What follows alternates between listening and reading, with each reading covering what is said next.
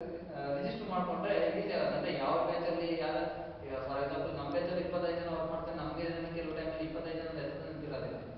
ಅದಕ್ಕೋಸ್ಕರ ಅದು batch wise group ಮಾಡಿರೋದೇ ಉದ್ದೇಶನೇ ಅದಕ್ಕೆ, ಅಂತ ಯಾವ ಬ್ಯಾಚಲ್ಲಿ ಯಾರ್ಯಾರು ಇದ್ದಾರೆ ಅಂತೇಳಿ ಗೊತ್ತಾಗಲಿ ಅಂತೇಳಿ ಮಾಡ್ಕೊಂಡಿಲ್ಲ. ಅದಂತೂ ಮಾಡಿ ಈಗಂದ್ರೆ 50-60 ಸ್ಟ್ರೆಂತ್ ಇದ್ದಾರೆ. ಇವಾಗ ಜಾಸ್ತಿ ಜನ ಮ್ಯಾಕ್ಸಿಮಮ್ 10 to 15 ನಂಬರ್ಸ್ ನೆನ್ಪಿಟ್ಕೊಳ್ಳೋದೇ ಹೆಚ್ಚು. ನಮ್ಮ ಅರುಣ್ ಕೇಳಿದ್ರೆ ನಮ್ಗೆ ಒಂದು 10 ಜನ ಹೆಸರು ಹೇಳಿದ್ದಾರೆ, ಇಲ್ಲ ಹೆಸರು 10 ಜನ ಹೆಸರು ಹೇಳೋದಕ್ಕೆ ಎದುರುಗೊಂಡ ಆ ಥರ ಆಗುತ್ತೆ. ಅದಕ್ಕೋಸ್ಕರ ಬ್ಯಾಚ್ ವೈಸ್ ರಿಜಿಸ್ಟರ್ ಮಾಡ್ಕೊಂಡ್ರೆ ಆ ಇನ್ಫಾರ್ಮೇಶನ್ ಎಲ್ಲ ಯಾವ ಬ್ಯಾಚಲ್ಲಿ ಯಾರ್ಯಾರು ಇದ್ದಾರೆ ಅಂತ ಗೊತ್ತಾಗುತ್ತೆ. ನಿಮ್ಮ ಸೀನಿಯರ್ಸ್ ಕೂಡ ಇರ್ತಾರೆ, ಮತ್ತೆ ಜೂನಿಯರ್ಸ್ ಕೂಡ ಇರ್ತಾರೆ, ನಿಮಗೆ ಎಲ್ಲಾರ್ದು ಕಾಂಟ್ಯಾಕ್ಟ್ಸ್ ಇರುತ್ತೆ.